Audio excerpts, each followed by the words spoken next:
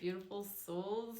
Jules here, and I hope you are having a very nice Tuesday, now Wednesday. And I wanted to talk about 3 different metals tonight.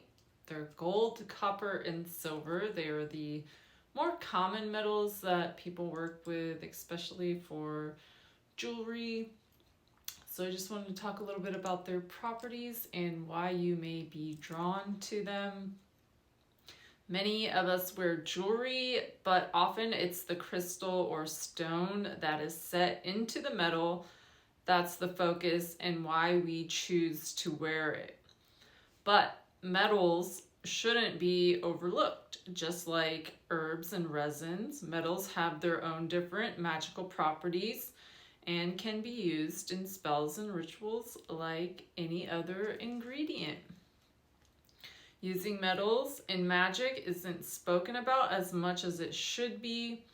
It's not just the green gifts from Earth that are produced that can be effectively used in magic spells or blessings. Everything on Earth possesses its own energy, which can add power to a spell or ritual, and metal is no different.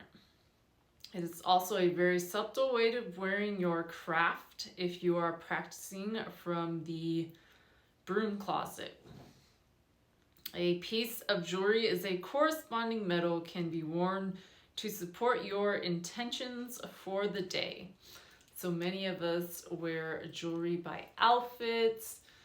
Maybe we have an interview, maybe we have a court case, maybe it's our first day of something and we want to wear something to support us. So, the most metals used in witchcraft and their magic properties of use, so for alchemy, is going to be gold and silver and copper. So gold is aligned with the energies of the sun. Gold is associated with wealth and abundance. It can be used as a money charm to attract prosperity. Gold amplifies any other crystals or stones that are put with it. While gold combines the energy of the sun and moon and amplifies the energies of crystals that are placed within it. So this is a spoiler alert for a new drop tomorrow. This is a bracelet, and this was made after a ring that I designed. This is all 14 karat gold. It is plated over silver because if it was pure, this would be very, very expensive. And you can see it has a ruby, green emeralds, and the quartz crystals. So these are all being amplified by the gold, and you can really feel its energy. You'll also see a lot of the older ancient traditions and civilizations, such as Egyptians wearing the gold, because it does stand for wealth, prosperity, status. So if you have all your beautiful gold chains on, you're really going to say, look at me. I'm a priestess, I'm a goddess. The next one we have is silver, and silver is connected to the energies of the moon and the element of water. Silver has feminine energies. It is aligned to magic associated with psychic abilities, wisdom, and intuition, and is used to increase divinatory powers. It is also connected to the spirit realm and goddess Seance,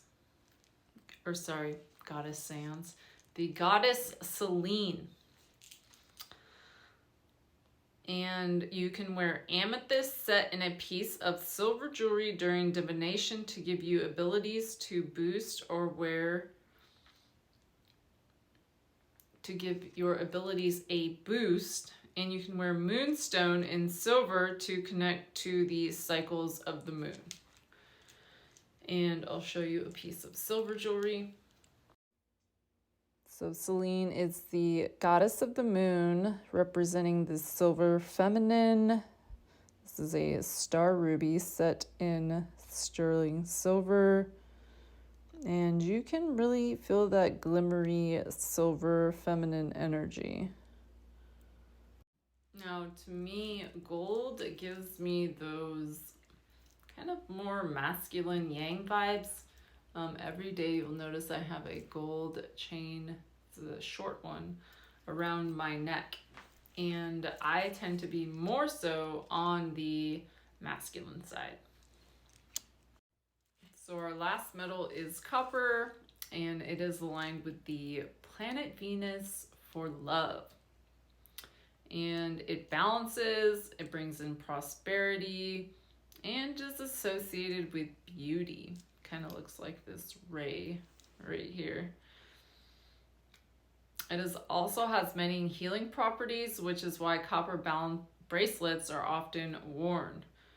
And you'll see a lot of people with the copper tribal braided bracelets because they are magnetic, or not magnetic, but they do sometimes have the magnets at the end, and they move the energy. So they boost circulation in your wrists, your chakras, and they're going to get the blood flowing so that your wrists are not so stiff. And copper can also be used to wire wrap crystals and can be used in spells and rituals or blessings. You can wear a copper wire wrap piece of rose quartz to attract love into your life, or a piece of wire wrap clear quartz for balance. You can use copper coins in money and prosperity magic. So I'll show you a piece here that I made using copper. So this is a red lithium quartz, and it is a Lumerian. You can see the lines, has some moonstone. And this is a copper veil that I made, attached by some epoxy on a silver chain. So it's got a little bit of both worlds in here. And this piece is available. It's in my shop. I've had this piece probably as one of my first pieces I made when I started doing crystal jewelry. She's really pretty though. So now that you've had a sneak peek at my new drop tomorrow, and I hope you enjoyed learning about silver, copper, and gold today. So I know a lot of you are particular on your metals, especially when you're choosing your jewelry. Some of you only like silver, some of you only like gold, and some of you can't wear silver because you're allergic to it, but don't like gold. So a good alternative can be stainless steel. Stainless steel is very affordable, and it often gets overlooked. It doesn't change colors. It's going to be that solid silver, just like regular 925 silver would be.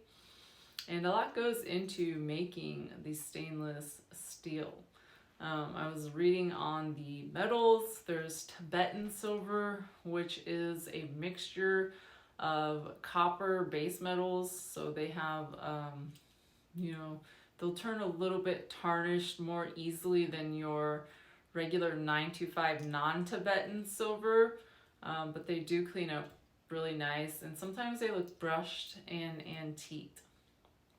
So there are many metals like rhodium, titanium, the more expensive metals for like jewelry, wedding bands, and those can get very costly.